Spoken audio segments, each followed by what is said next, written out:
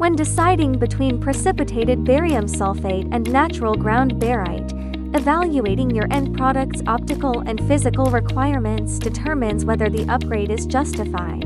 Natural heavy spar contains trace iron impurities that can dull finished products, while its larger, irregular particle size accelerates machinery wear during processing. You should choose precipitated barium sulfate when your applications demand high gloss, transparency, and scratch resistance, such as in automotive topcoats or premium plastic master batches.